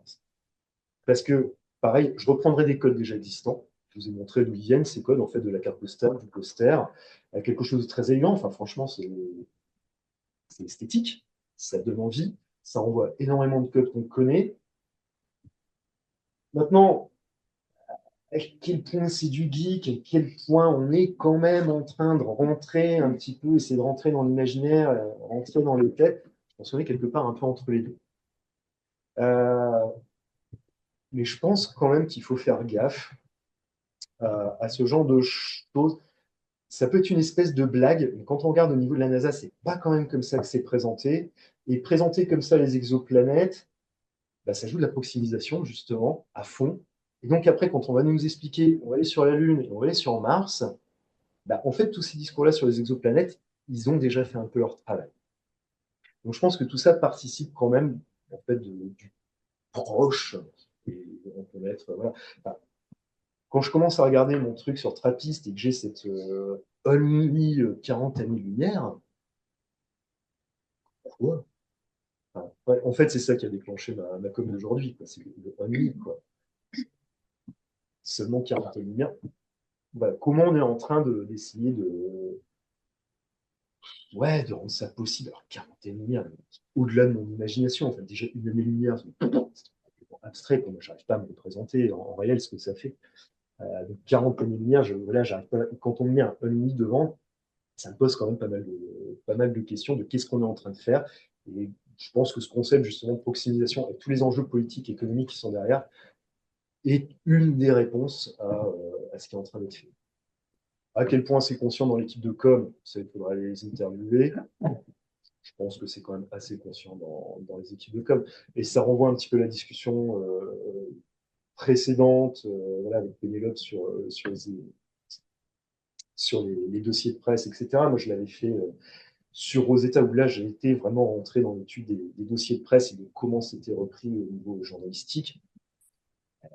Ouais, on ne prend pas beaucoup de pincettes quand même, y compris au niveau de l'ESA sur Rosetta, et toutes les références à la SF et l'incertitude, on va dire, elle existe très très peu. Donc, tout ça participe de ce phénomène de proximisation, je pense. Parce que vachement, je suis. On a une question de Pénélope et après une de Joran. Et si Oui, on a le temps. ouais. Alors, merci beaucoup, Jean-Stéphane. Pardon. Je voulais te demander, tu as justement en plus utilisé le terme blague il y a 2 minutes. Moi, je me demandais, alors parce que, bon, pour faire écho un peu à mes travaux, je remarque que quand il s'agit d'exoplanètes, il y a quand même quelque chose dont j'entends jamais parler et pourtant je trouve très très présent, c'est l'humour et la mise à distance qui est mise par rapport à ces exoplanètes sur le registre de l'humour. Dans le discours médiatique, cette non prise au sérieux, et je me demandais si dans ton corpus, tu avais remarqué cette forme en fait euh, ben, comment dire, oui, alors pas forcément d'humour et comment dire, pas dans le sens disqualification ou discrédit, mais à quel point les journalistes... Enfin, est-ce que tu as remarqué comment dire, oui, une sorte de légèreté, de jovialité par rapport à tout ça qui dédramatise et qui justement... Enfin, moi j'ai l'impression que ça réconcilie un petit peu justement le probable et l'improbable. Voilà, je voulais savoir si tu avais fait des remarques sur l'humour. L'humour, pour moi, c'est. Bon, déjà, ça c'est drôle, mais je suis pas sûr qu'il fasse sur le l'humour. C'est ça. Ah oui, Bah, ça, je sais ce que je vais faire de mon week-end. quand on se met à la place des graphistes, évidemment qu'ils se sont éclatés à faire ça, enfin le truc. Puis là, je vous ai mis la gravité, mais on peut aussi aller se balader sur des planètes de lave, etc. Enfin, il y a tout un tas de trucs. La carte postale, là, avec le 51 Pegasus B, notre première exoplanète. Évidemment, c'est traité de manière humoristique. Mars One, par exemple, alors entre eux, je n'en sais rien, mais ça, c'est pas traité du côté humoristique. Alors, après, les journalistes, par rapport à ça, vont mettre un petit peu de distance, un petit peu d'humour. Et bon, moi, beaucoup travaillé quand même dans des rédactions, savoir un peu comment ça marche. Enfin, le reportage de 13 heures de Jean-Pierre Pernaut, où ils vont aller interviewer la coiffeuse qui explique que bah, elle a 46 ans, si jamais ça se fait, elle aura 56, et gros, finalement, elle n'aura plus grand-chose à faire et finir sa vie sur Mars ou sur la Terre, ça ne change pas grand-chose. On est dans quelque chose qui est. Enfin, je sais qu'en fait, le journaliste derrière, le monteur, il va être mort de rire dans la salle de rédac quand ils ont diffusé leur sujet. Parce que voilà. Maintenant, est-ce que c'est présenté sous les registres de l'humour? Euh, Pas forcément. Pas forcément. La NASA propose un décalage. Ça, c'est un décalage. C'est un décalage que nous pouvons percevoir. D'un point de vue pragmatique, si on se place dans le cadre des instituteurs, en fait, parce que bah, voilà, j'ai des gamins qui sont en école primaire et ma gamine, pas plus tard qu'il y a un mois, l'exercice était comment sera la vie en 2050? Et sa réponse est bah, en 2050, on sera sur Mars. Je dis, Bon, j'ai pris le dessert, tout ça, évidemment. Mais c'est quelque chose qui est en train de percoler quand même pas mal dans l'imaginaire de cette jeune génération. À quel point, justement, ils ont des discours qui vont remettre un peu tout ça en perspective. J'en suis vraiment pas sûr. Qu'est-ce qui passe pas? Bon, bah, ça, c'est aussi tes travaux. Euh, on est en train de créer de l'image prototypique, on est en train de créer de l'inférence automatique par rapport à ces questions-là, mais c'est ça qui m'intéresse. Et je pense que ça fonctionne pas mal. Euh, donc, je sais pas si je réponds vraiment à ta question. Après, l'humour est une forme de récit hein, qui fonctionne assez bien. Hein. D'ailleurs, moi, j'ai essayé d'en faire un petit peu par rapport à mon récit. Euh, et c'est comme ça aussi qu'on marque les esprits, qu'on va créer des effets de mémorisation. Ouais, totalement. Non, non, mais oui, tu réponds à ma question qui était d'ailleurs plus une remarque ou un contrepoint, mais je pense qu'il y a vraiment quelque chose à explorer du côté de l'humour parce que j'ai l'impression que c'est peu étudié dans le domaine, pour l'objet qui nous intéresse aujourd'hui. Et je trouve ça dommage parce qu'effectivement, comme tu le dis, ben, l'humour, même si, bah voilà, enfin, moi je vois ça comme une déresponsabilisation et ça permet d'informer mais tout en préservant l'incertitude, sans se prendre trop au sérieux. Voilà, il y a une déresponsabilisation nocitive, etc. Bah, ça forge quand même l'imaginaire collectif, les représentations et tout ça. Oui, si on prend la fiche trappiste, quand on me dit que c'est à 12 par sec, c'est évident que c'est pas neutre. Il y a plein de petites références comme ça à droite à gauche, de geek en fait. À mon avis, on peut prendre ça. Enfin, on peut, il y a plusieurs niveaux de lecture de ce genre de visuel qui s'adressent en fait à plusieurs types de publics. Et eux ont essayé, au niveau de la NASA, de mettre un petit peu tout ça ensemble. Et puis eux, certainement, de se faire plaisir aussi. Hein, et je pense qu'il y a un côté un petit peu jouissif à faire ce genre de carte postale, de trucs qui n'existent pas, qui n'existent probablement pas. Et quand même élu la planète, enfin, Voted Best, il y a tout, quoi. C'est très humoristique, mais en faisant plein de références à des choses qui peuvent parler à différents publics. Alors, on est sur quelque chose d'extrêmement construit, hein, là, évidemment. Cette affiche, elle mériterait presque un article à elle toute seule. Hein. On peut faire 10 pages là-dessus sans aucun problème. On va prendre une toute dernière question, puis les autres enfin, seront posées donc, pendant le temps d'échange.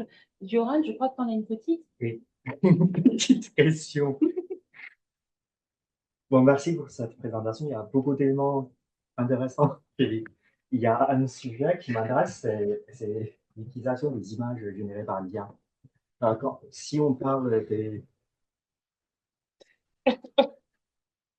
des influences, enfin, des influences des images utilisées sur notre imagination, humaine socialement construite. Mais je me suis dit, ça me fait penser genre à un cirque. Genre, OK, on entraîne d'IA par par les images existantes. Et maintenant, on trouve de plus en plus, il y a des images générées par l'IA dans les banques d'images. Et de cette façon, je me suis dit, c'est une hypothèse. Hein. Notre imagination sont un peu restreinte ou limitée dans un cercle où beaucoup de plus en plus influencé par l'IA. Je ne sais pas si tu as des remarques par rapport à cela, l'utilisation des images générées par l'IA. Enfin, c'est pas la question, mais ça m'intéresse effectivement. Alors, la question est pas si petite que ça. Euh, c'est quelque chose auquel je suis en train de réfléchir, évidemment. La circulation circulaire, comme on dit Bourdieu, des visuels en fait, qui vont se répondre les uns les autres, qui vont s'auto-influencer. Alors, moi, de mon point de vue, oui, il y a de plus en plus d'images générées par intelligence artificielle dans les banques d'images. Est-ce que ça modifie radicalement le contenu de ces banques d'images? J'ai envie de dire que non. Parce qu'en fait, de toute façon, dans les banques d'images, on va déjà, quand j'ai commencé depuis, ça fait 25 ans au moins que je travaille ces questions-là, on a déjà toujours les mêmes formes visuelles, quel que soit le sujet, pour des problématiques en fait d'utilisation, potentiel de réutilisation d'une image. On a des cas d'utilisation des images. Quand on crée des images, crée des images dans un but commercial. Et donc, quand on va plus ou moins les vendre à des médias. Je suis dans ce cadre-là. Donc, on a des utilisations qui sont déjà en fait assez définies. On n'a pas, on sait que tel type de média va avoir tel type de représentation, tel type de sujet va avoir tel type de représentation. Et déjà par des enjeux de documentaire, d'indexation, de clés, de descripteurs, de sélection, on est déjà sur des formes visuelles qui sont récurrentes, qui sont toujours à peu près les mêmes. Et l'IA, comme ils sont nourris de ces banques d'images préexistantes dans lesquelles en fait on a déjà les mêmes formes visuelles qui se répètent, parce que c'est celles-là qu'on va vendre et pas d'autres, ben, l'IA ne va finalement que produire de nouvelles images, mais toujours à peu près sur les mêmes formes visuelles, celles qui sont majoritaires, on va dire, par rapport à certains mots-clés. Et moi, c'est pour ça que je me suis dit, moi, je vais utiliser comme descripteur Mars colonisation, puis je vais voir ce qui sort, quoi. Et en fait, cette image-là, elle est prototypique, qu'elle soit faite par un illustrateur, par de l'IA, parce que ça, avec, si on prend par exemple toute la thèse d'Elsa De Smet sur comment est construite cette image-là d'un point de vue sémio, avec le premier plan, le deuxième plan, l'arrière-plan, on a tout ce qu'on va trouver dans la peinture paysagiste du 19e siècle américaine. En fait, tous les éléments qu'utilise l'IA, bah, c'est tous les éléments qu'on trouve dans ce type de représentation qui est utilisé depuis à peu près 2 siècles. Je ne sais pas si ça répond bien à ta question. Donc, en fait, l'IA, à mon sens, peut-être que je me gourre, on verra dans 5 ans, quand on aura déjà trouvé, non, dans 10 ans, pardon, quand on aura trouvé la meilleure. Mais est-ce que ces formes de représentation visuelle vont évoluer? Je ne suis vraiment pas certain. Ça me semble être quelque chose vraiment prototypique. Et puis après, ouais, on va mettre une colline ici, une colline là, on va mettre 2, 3 dômes, voilà, mais grosso modo, ce sera toujours à peu près la même chose. Parce que c'est ce qu'on fait déjà en fait depuis 2 siècles, et parce que l'IA ne fait que reproduire un grand jeu de statistiques, ce qui est le plus probable, le plus vraisemblable pour elle. Qui est fondé sur l'existant. Qui est fondé sur l'existant. Elle ne fait pas du nouveau, on est sur une continuité historique. L'IA me semble justement un outil qui est parce que symptomatique, qui permet justement de voir quelles sont les grandes tendances. Et voilà, c'est vraiment pas de trucage. Hein. Oui, Mars, colonisation, qu'est-ce que tu veux? Bah, tu me donnes ça. J'ai tous les éléments, en fait, qu'on retrouve depuis 2 siècles sur ce genre de représentation. Je ne sais pas si ça répond à ta question. En fait, pour moi, on est toujours un peu le même principe, c'est un effet boule de neige. Ouais. Il va y en avoir de plus en plus qui sont plus semblables. Merci beaucoup. Donc pour ces premiers échanges autour de la communication de Jean-Stéphane. Merci Jean-Stéphane. J'ai peut-être une petite question pour Pénélope, pour terminer un peu la séance que je n'avais pas pu poser tout à l'heure. Et avec les éléments en fait que tu nous donnais justement sur la SF, sur la musique, etc., ça m'intrigue un petit peu quand même. Donc tu nous as présenté un corpus qui était assez large en termes de catégories génériques peut-être de programmes et aussi en termes de chaînes étudiées. Et en fait, je me demandais si dans tes travaux, tu pensais pouvoir un petit peu cartographier en fait tes résultats par rapport aux horizons d'attente, entre guillemets, en fait, de certaines chaînes ou de certains genres. En d'autres termes, est-ce que sur Arte, justement, on ne va pas utiliser peut-être une iconographie ou des sons ou des discours qui vont être complètement différents, en fait, de ceux qu'on va pouvoir retrouver sur France Télé ou sur une chaîne un petit peu sensationnaliste. Et je me demandais si tu pensais, en fait, arriver à avoir ce genre de résultats. Alors là, je suis ravie de la question parce que c'est ce que j'adore raconter, c'est que au départ, pour ma thèse, j'étais partie avec cette idée de comparer les chaînes, en particulier avec cette attention, cet a priori entre chaînes du service public et chaînes commerciales. Parce que je peux vous dire que je m'en suis tapé des documentaires RMC, hein, faut le dire. Ils sont assez incroyables. Mm, mais, et en fait, bah, je me suis rendu compte que peu importe la chaîne, euh, peu importe que ce soit France 5, Arte, RMC, enfin, c'est en fait les mêmes normes des genres de documentaires. En fait, il y a vraiment un formatage, une standardisation des genres. Et selon moi, donc bon, ça c'est voilà, ça va être un des résultats de ma recherche en fait que j'aimerais le mettre le plus en avant, c'est que vraiment, euh, ce qui va changer le mode de traitement de l'incertitude ou pas, enfin voilà, c'est vraiment le genre et les caractéristiques des genres médiatiques. Et en fait, ce qui m'a beaucoup étonnée dans cette recherche, c'est les similarités entre au sein d'un même genre, ben, les similarités entre les chaînes. Peu importe que ce soit France 2, BFM, enfin, vraiment, on retrouve les mêmes rhétoriques, les mêmes structures, la même séquentialité, bah, je vais reprendre le terme d'image prototypique, les mêmes images prototypiques, les mêmes formulations. Et c'est un peu aussi ce que je disais par rapport à la reprise de communiqués de presse. Au final, ces chaînes-là utilisent toutes les mêmes sources. Et puis, bah aussi, par exemple, dans le discours des scientifiques qui sont amenés à venir s'exprimer, en fait, quand on regarde un petit peu, si on suit un petit peu entre plusieurs chaînes, entre plusieurs émissions, un même scientifique qui vient parler d'exoplanètes, euh, il va répéter les mêmes choses, c'est les mêmes éléments de langage en fait, parce que bah, enfin, c'est normal, on fait tout, enfin, nous-mêmes en tant que chercheurs, on fait ça, hein. On a toujours nos petites phrases toutes prêtes, et donc en fait, il y a une espèce ouais, de standardisation qui est assez intéressante, et je ne pensais pas dire ça un jour, mais en fait, c'est incroyable de voir comme les documentaires Arte sont construits de la même manière que les docu RMC. Alors certes, dans les docu RMC, euh, bon, bah, il y a la musique est un peu plus dramatique, la voix off est peut-être un petit peu plus sensationnaliste, mais au final, ben, ça reste voilà, la même structuration, les mêmes éléments de langage. Donc ça, c'est assez intéressant. Bon, de toute façon, les documentaires Arte, France 5, RMC, enfin, la plupart, enfin, beaucoup sont des documentaires achetés à la BBC ou autre, hein, mais voilà.